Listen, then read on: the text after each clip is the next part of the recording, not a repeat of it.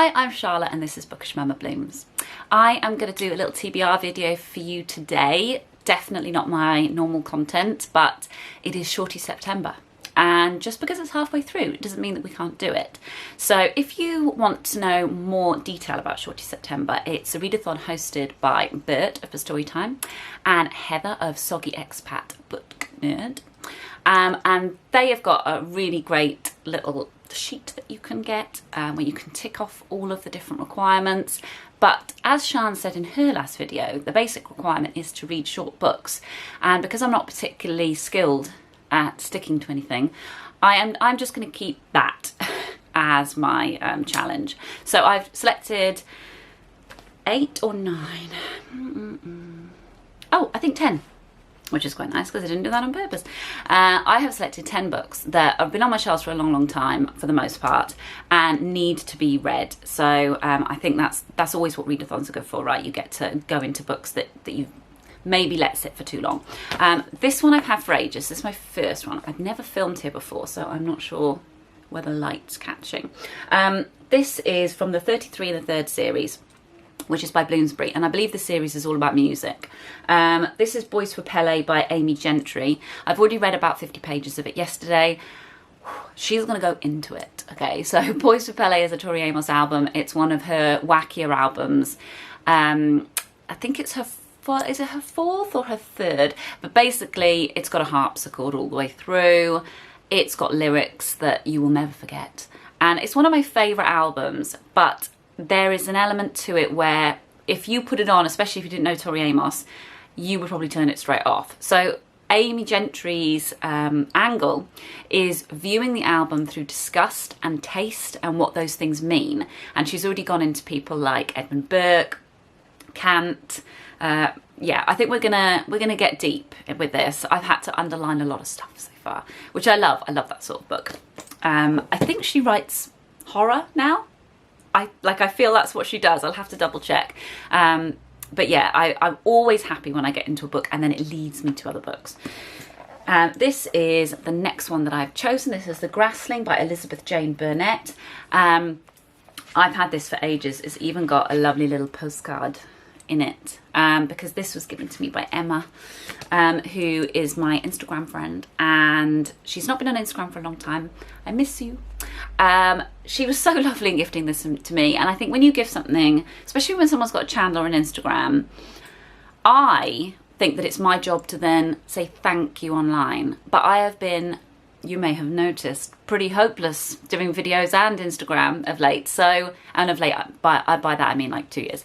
So I haven't done either. So this is my very late thank you for this book. I'm excited to read it. It's a nature writing. Comes in the nature writing section. Sorry about my language today, I just can't formulate sentences. And it's going to be interesting because I love nature writing anyway. But the added interest is that the author, Elizabeth Jane Burnett, is a writer of English and Kenyan heritage. She was born in Devon. Her work is inspired by the landscape. You don't get a lot of writing from black women. Or any women of colour really in nature writing. It's a very sort of white cis heterosexual male type of writing. So I think this will be a welcome change. Next book is poetry, and it is Eric Ngali Charles's Homelands, which is his latest collection. I should say that I know Eric and I'm friends with him, but that just makes you love him more. I don't think that makes you biased. That just makes you appreciate so much about him. He is a poet, a playwright, he teaches, he is a human rights activist. He's just, yeah, he's all of the things. And this is his latest collection published by Sarah, and so I'm looking forward to that. I don't know if I move it, will my, no, I don't know how to get this camera to work, but it's an amazing cover.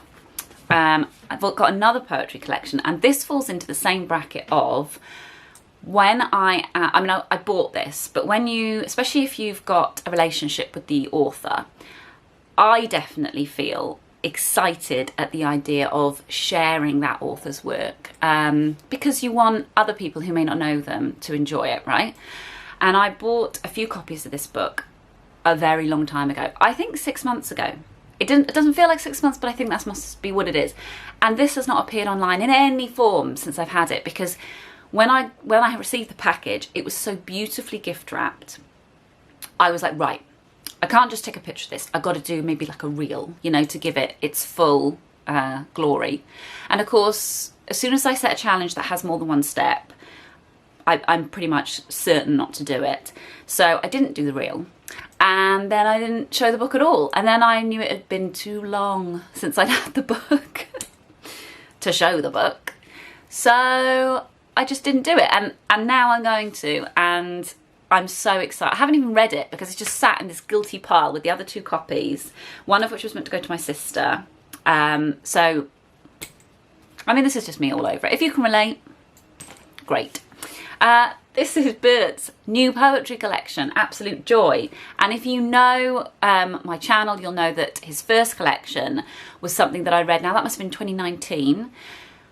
Hey Bert is what it's called. It is one of my favourite poetry collections that I've ever read. It moved me so much. I read it in one sitting in an afternoon. I had bronchitis at the time.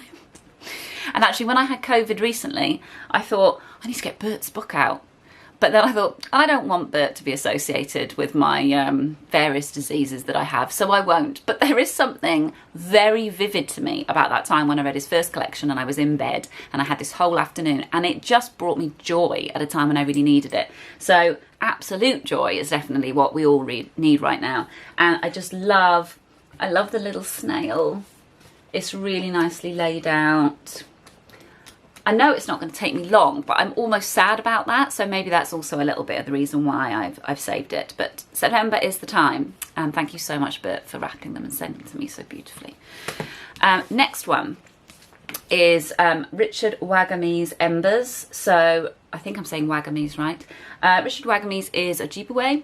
And I think I've got some of his novels. I feel like I have.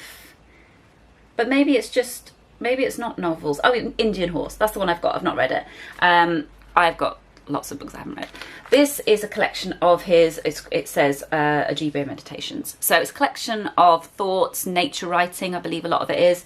It's really nicely laid out. I don't know if you can see. So it's definitely not Starry Sky. Look at that. It's definitely not going to take me a long time to read. But sometimes with things like this, sort of, it's not a coffee table book, like a big book, but it's the sort of book you'd have, I would put it up beside a coffee table so that someone might flick through.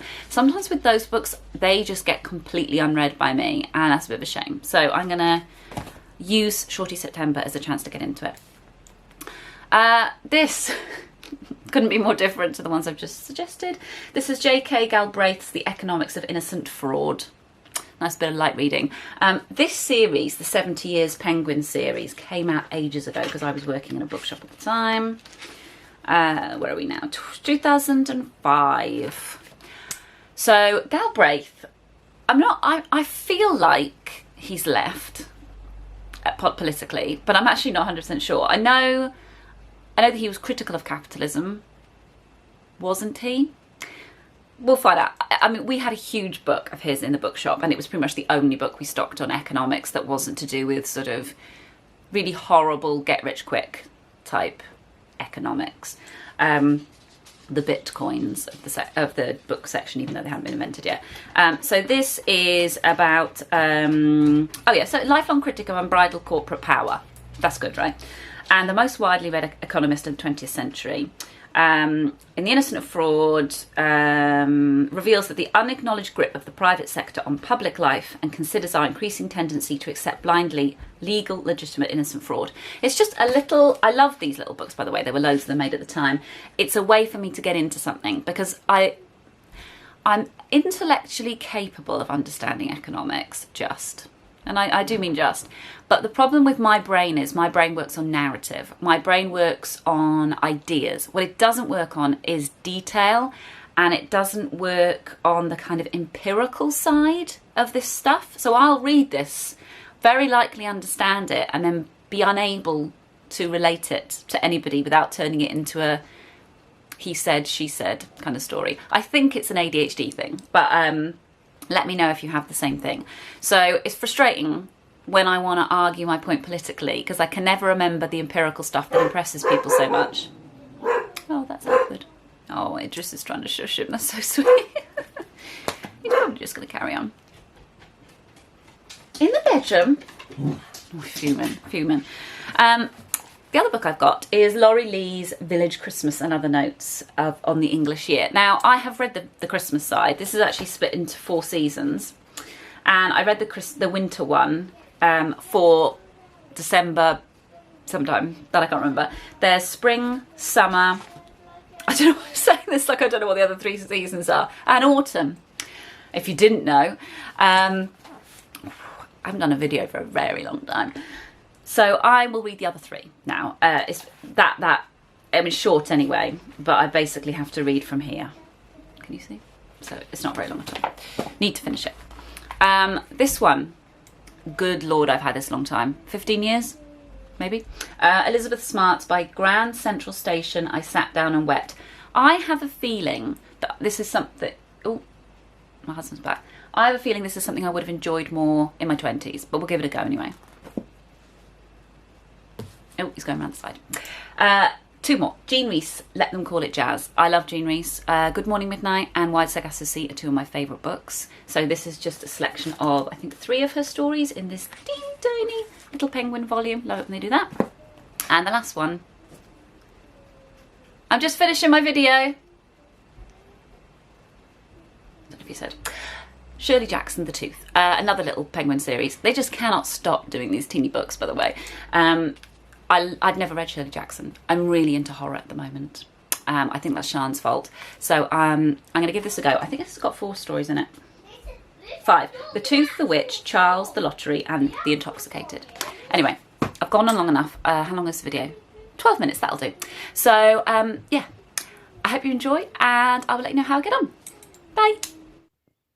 Just coming on here quickly to add that there are devastating floods in Pakistan at the moment.